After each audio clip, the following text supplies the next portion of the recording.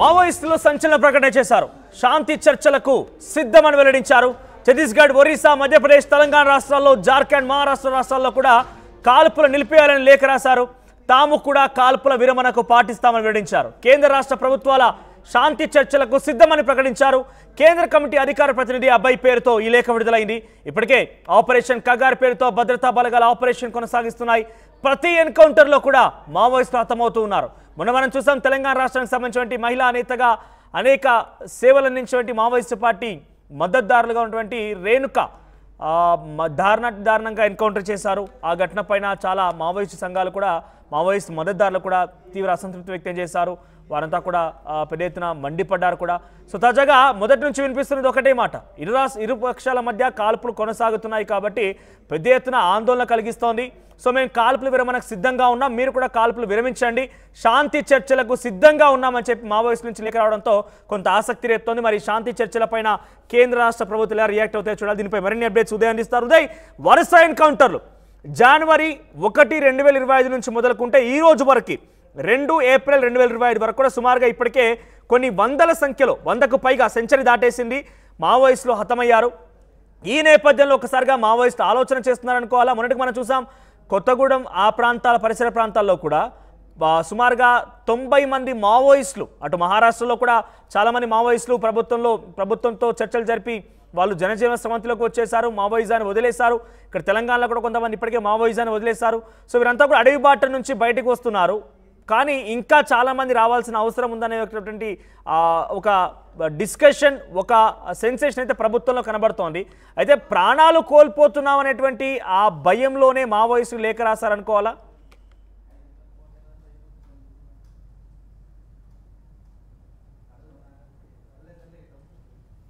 అంటే ఉదయ్, సో మావోయిస్టుల శాంతి చర్చలకు సంబంధించి లేకపోయినా ఎటువంటి అప్డేట్స్ అందుతున్నాయి? ప్రాణాలు కాల్లో కలుస్తున్నాయి. ఇప్పటికే 100 మందికి పైగా ప్రాణాలు కోల్పోయారు ఎన్కౌంటర్లు అనే విషయం పైనే వాళ్ళు అలర్ట్ అయిపోయి ఈ లేఖ రాశారా?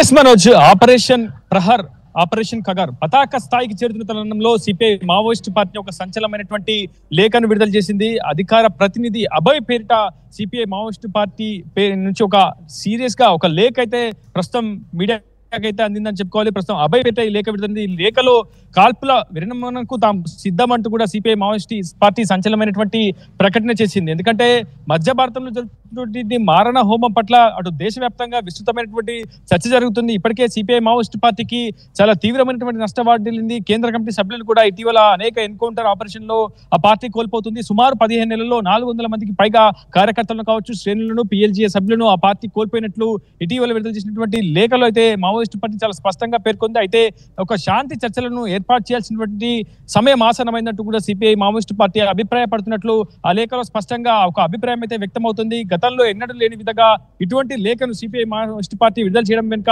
చాలా సీరియస్ గా ఆలోచన అయితే చేసింది. ఆ పార్టీ అధిష్టానం కావచ్చు, కేంద్ర కమిటీ సభ్యులు కావచ్చు, పోలిట్ బ్యూరో బృందం అంతా కూడా ఈ అంశంపై విస్తృతమైనటువంటి చర్చలు జరిపారు. మేధావులతో కూడా సంప్రదింపులు జరిపారు. పార్టీ అనుబంధ సంఘాలతో కూడా సలహాలు, సూచనలు అడిగి తీసుకున్నారు. ఆ తర్వాతే ఇలా పీస్ కమిటీని ఏర్పాటు చేయడం పట్ల తమ దృక్పథాన్ని, అభిప్రాయాన్ని అయితే సిపిఐ మావోయిస్టు పార్టీ వెల్లడించింది. అభయ్ పేట ఈ లేఖను విడుదల చేసింది. ఈ లేఖలో చాలా ఛత్తీస్గఢ్ లో ఏం జరుగుతుందనే అంశాన్ని కూడా చాలా కీలకంగా అభయ్ పేరిట విడుదల చేసినటువంటి లేఖలో మావోయిస్టు పార్టీ పేర్కొంది. సుమారు 15 నెలల్లో 400 మందికి పైగా మావోయిస్టు పార్టీ తన బృందాన్ని కావచ్చు, సహచరులను కోల్పోయినట్లు కూడా పార్టీ నేత అభయ్ అయితే పేర్కొన్నారు. గతంలో ఎన్నడూ లేని విధంగా ఒక మారణ హోమం జరుగుతుంది మధ్య భారతంలో అంటూ కూడా లేఖలో స్పష్టంగా పేర్కొన్నారు. దీన్ని నరసంహారం అనే ఒక పేరుతో కూడా లేఖలో ఉటంకించారు. దీన్ని నరసంహారం అలే జీనోసైడ్ అనే ఒక పదాన్ని కూడా ఇక్కడ ఉచ్చరించడం జరిగింది. అంటే పూర్తిగా ఒక మారణ హోమమే ఛత్తీస్గఢ్ లో జరుగుతుందనేది సిపిఐ మావోయిస్టు పార్టీ మొదటి నుంచి కూడా చెప్తూ వస్తుంది. తాము కోల్పోయినటువంటి 400 మంది అమరవీరుల కంటే 1/3 వంతు సాధారణ ఆదివాసీ జనజీవనమే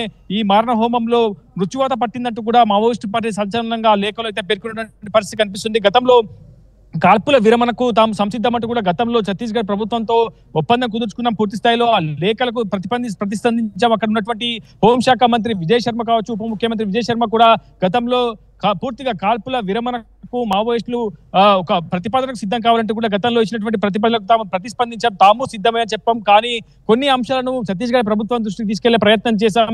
ఖచ్చితంగా ఫార్వర్డ్ ఆపరేషన్ బేస్ పాయింట్లను పూర్తిగా నిలిపివేయాలి, సైనిక శిబిరాలను కూడా పూర్తిగా తొలగించాలి, ఎక్కడ కూడా ఆపరేషన్ కావచ్చు, సర్చింగ్ ఆపరేషన్, కుమ్మింగ్ ఆపరేషన్ చేపట్టకూడదంటూ కూడా పూర్తి స్థాయిలో గతంలో ఛత్తీస్గఢ్ ప్రభుత్వానికి తాము విన్నవించుకున్నటువంటి ప్రతిపాదించినా కానీ ఛత్తీస్గఢ్ ప్రభుత్వం అక్కడ స్పందించలేదు. కానీ ప్రస్తుతం ఉన్నటువంటి పరిస్థితులు చాలా భయంకరంగా ఉన్నాయి. ఒక మారణ హోమం ఛత్తీస్గఢ్ లో మధ్య భారతంలో జరుగుతుంది. ఇది రాజ్యాంగానికి విరుద్ధంగా జరుగుతుంది. రాజ్యాంగానికి విరుద్ధంగా రాజ్య సైన్యాన్ని అంతా కూడా రాజ్యం అంతా కూడా ప్రస్తుతం ఛత్తీస్గఢ్ లో మోహరించి భారతీయులపైనే భారతీయ సైన్యంతో దండెత్తే ఒక యుద్ధం అక్కడ జరుగుతున్నట్టు కూడా మావోయిస్టు పార్టీ తన లేఖలో అయితే పేర్కొంది.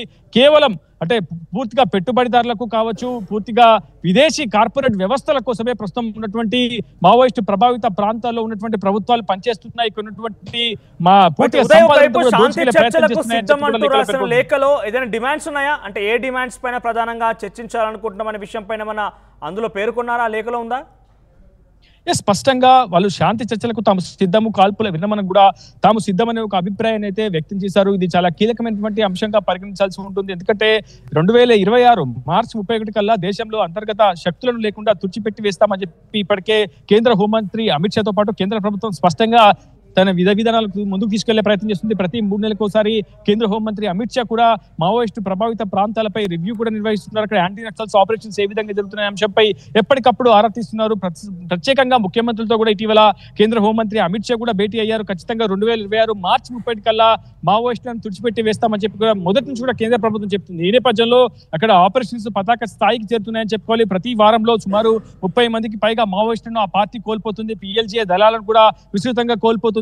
క్షేత్రస్థాయి బృందం నుంచి అటు అత్యున్నతమైనటువంటి క్యాడర్ ను కూడా మావోయిస్టు పార్టీ కోల్పోయింది. ఇటీవల చలపతి లాంటి కేంద్ర కమిటీ సభ్యుడిని కూడా ఎన్కౌంటర్ లో కోల్పోవడం మావోయిస్టు పార్టీకి చాలా చేదు అనుభవాన్ని, తీవ్రమైనటువంటి నష్టాన్ని అయితే మిగులుతుంది. ఈ నేపథ్యంలో అటు వ్యూహాత్మకం అనుకోవచ్చు, లేదంటే ప్రజల నుంచి సానుభూతి కూడా దక్కించుకునే ప్రయత్నం కావచ్చు. ఏది ఏమైనప్పటికీ అక్కడ జరుగుతున్నటువంటి మారణ హోమం పట్ల మావోయిస్టు పార్టీ చాలా సీరియస్ గా రెస్పాండ్ అని చెప్పుకోవాలి. ఒక ప్రతిపాదనను గతంలో రామకృష్ణ హయాంలో ఇటువంటి ప్రతిపాదనను వైఎస్ ముఖ్యమంత్రిగా ఉన్న హయాంలో రామకృష్ణని పిలిపించి కూడా మావోయిస్టు పార్టీ ద్వారా చర్చలు జరిపే ప్రయత్నం చేశారు. కాల్పుల విరమణకు సిద్ధం కావాలని కూడా వైఎస్ హయాంలో కొంత చర్చలు జరిగాయి. కానీ ఆ చర్చలు పూర్తి స్థాయిలో సఫలం కాలేదు. ఆ తర్వాత మళ్ళీ చాలా పెద్ద ఎత్తున మావోయిస్టు పార్టీకి నష్టం పడింది. కానీ మళ్ళీ ఇప్పుడు ప్రస్తుతం అబ్బాయి విడుదల చేసినటువంటి లేఖలో చాలా స్పష్టంగా మావోయిస్టు పార్టీ తన విధి విధానాలను పేర్కొంది. ఖచ్చితంగా అటు మధ్య భారతమైనటువంటి ఛత్తీస్గఢ్ రాష్ట్రంలో ఏర్పాటు చేసినటువంటి సైనిక శిబిరాలన్నింటినీ కూడా తొలగించి వేయాలి. సర్చింగ్ ఆపరేషన్, కూంబింగ్ ఆపరేషన్ తక్షణమే నిలిపివేయాలి. ఖచ్చితంగా ఈ అంశాలను పాటిస్తే తాము కాల్పుల విరమణ సిద్ధం, చర్చలకు సిద్ధం, శాంతి చర్చలకు తాము పూర్తి స్థాయిలో మద్దతు పలుకుతామని చెప్పి కూడా పెద్ద ఎత్తున సిపిఐ మావోయిస్టు పార్టీ తను విడుదల చేసినటువంటి లేఖలో పేర్కొంది. ప్రస్తుతం తాను చేసినటువంటి ప్రతిపాదనలకు యువత, మేధావులు, మీడియా, జర్నలిస్టులు కావచ్చు, పూర్తిగా ప్రజా సంఘాలన్నీ కూడా మద్దతు పలకాలని కూడా చాలా పెద్ద ఎత్తున ఒక అభిప్రాయాన్ని అయితే మావోయిస్టు పార్టీ వ్యక్తం చేస్తున్న పరిస్థితి కనిపిస్తుంది. ఇప్పటికే గడిచిన ఏడాది మావోయిస్టు పార్టీ అంటే ఈ శాంతి చర్చల్ని ప్రభుత్వాలు తీసుకునే అవకాశం ఉంది. చాలా క్లియర్ గా మావోయిజం లేకుండా చేస్తాం, 2026 కల్లా మావోయిజం అంతం చేస్తామని కేంద్ర హోంమంత్రి అమిత్ షా మాత్రం పట్టుకొని ఉన్నారు. ఎట్టి పరిస్థితుల్లో కూడా దాన్ని ఫుల్ఫిల్ చేసుకునేటువంటి అవకాశం కనబడుతోంది. చాలా వరుసగా ఎన్కౌంటర్లు చోటు చేసుకుంటున్నాయి. సో ఈ వరుస ఎన్కౌంటర్ల నేపథ్యంలో కొంత మావోయిస్టు కూడా అలర్ట్ అయిపోయి ఇప్పుడు శాంతి చర్చలకు సిద్ధమయ్యారు. అయితే ఈ శాంతి చర్చల నేపథ్యంలో ప్రభుత్వం అంకరిస్తుంది అనుకోవాలా? ఈ శాంతి చర్చలకి సిద్ధంగా ఉందా ప్రభుత్వం? ముఖ్యంగా మావోయిజాన్ని లేకుండా చేయాలని ఒక ఆశయంతో ఈ ప్రభుత్వాలు వారి శాంతి చర్చలతో ఏకీభవించి వారి డిమాండ్స్ని పరిష్కరించి వారిని పూర్తిగా మావోయిజం చేసి లేకుండా చేసే అవకాశం ఏదైనా కనబడుతోందా?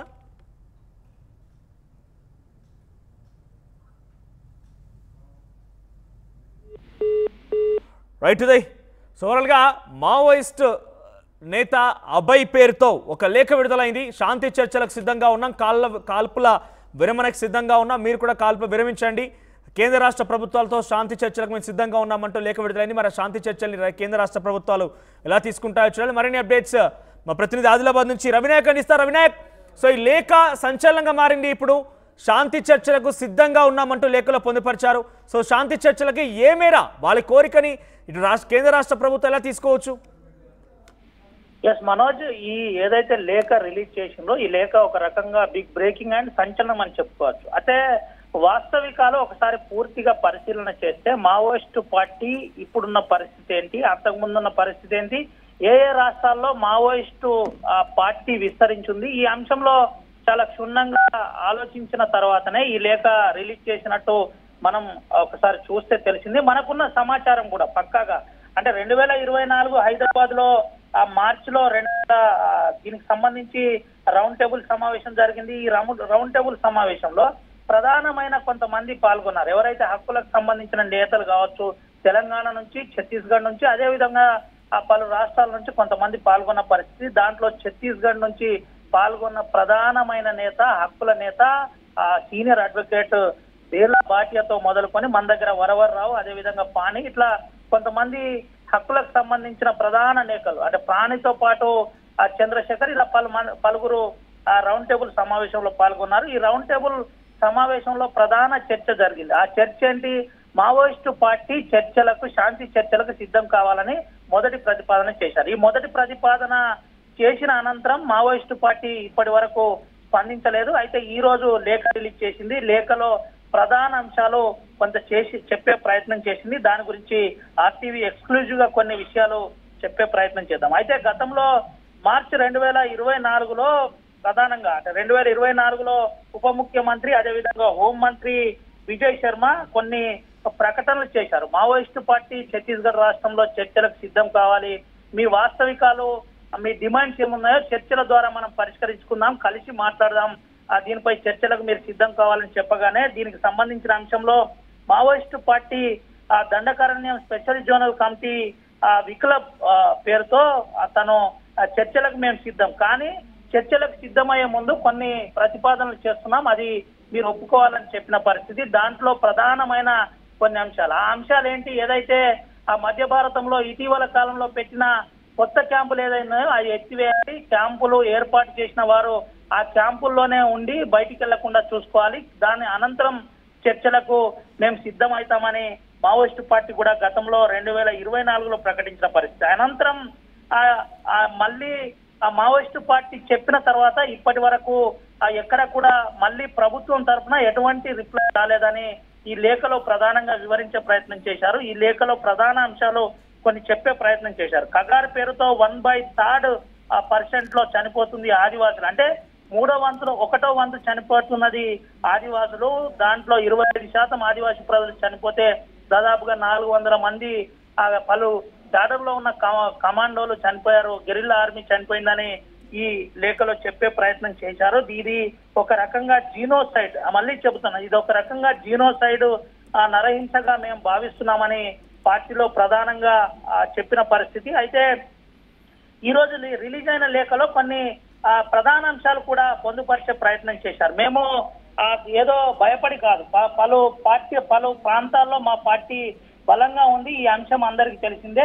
ముఖ్యంగా ఛత్తీస్గఢ్ కావచ్చు, జార్ఖండ్ కావచ్చు, అదేవిధంగా తెలంగాణ నుంచి పలు ప్రాంతాల్లో కామ్రేడ్లను ప్రధానంగా ఇటు ఎన్కౌంటర్ల పేరుతో చంపేస్తున్నారు. దీన్ని మేము తీవ్రంగా ఖండిస్తున్నాం. ఇప్పటికైనా మేము ఏదైతే శాంతి చర్చల కమిటీ చెప్పినట్టుగా మేము చర్చలకు సిద్ధంగా ఉన్నాం, అంటే కేంద్ర కమిటీ స్థాయిలో మొదటిసారిగా స్పందించిందని కూడా చెప్పుకోవచ్చు. ఇలాంటి అంశాల్లో ప్రధానంగా మా సైడ్ నుంచి మేము సిద్ధంగా ఉన్నాం. శాంతి చర్చల కమిటీకి సంబంధించిన అంశంలో కూడా ఏం చెబుతారనే దాని మీద ఇప్పుడు కొంత సందిగ్ధత ఉంది. అయితే ఇదంతా కూడా అంటే మనోజ్, మనం ప్రధానంగా చెప్పదలుచుకుంది ఒకటే, అది ఏదైతే ఈ అంశం ఉందో ఈ అంశం అంతా కూడా హైదరాబాద్ కేంద్రంగా చర్చలు సంబంధించిన శాంతి చర్చల కమిటీ సంబంధించిన అంశంలో ఇదంతా జరిగిన పరిస్థితి. దీన్ని స్వాగతిస్తున్నామని కేంద్ర కమిటీ స్థాయిలో అధికార ప్రతినిధి ప్రకటించడం కూడా ఒక రకంగా ఇప్పుడు సంచలనంగా మారింది. అయితే ఇది చెబుతూ మరో విషయం కూడా చెప్పే ప్రయత్నం జరిగింది. అంటే సొంత దేశ ప్రజలపై ఒక రకంగా సైన్యాన్ని ఉపయోగించడం అంటే రాజ్యాంగ హననే అనే దాంట్లో ప్రధానంగా చెప్పే ప్రయత్నం జరిగింది. ఇదంతా కూడా ఒక రకంగా చూసుకున్నట్టయితే ఈ లేఖ ఈ రోజు సంచలనంగా మారిందని చెప్పుకోవచ్చు. వరుస ఎన్కౌంటర్లు, దట్టు తెలంగాణ రాష్ట్రానికి సంబంధించిన తెలుగు నాయకులే చనిపోవడం ఒక రకంగా సంచలనంగా మారింది. మనం రైట్ రవినాయక్, సో మావోయిస్టుల సంచలన ప్రకటన చేశారు.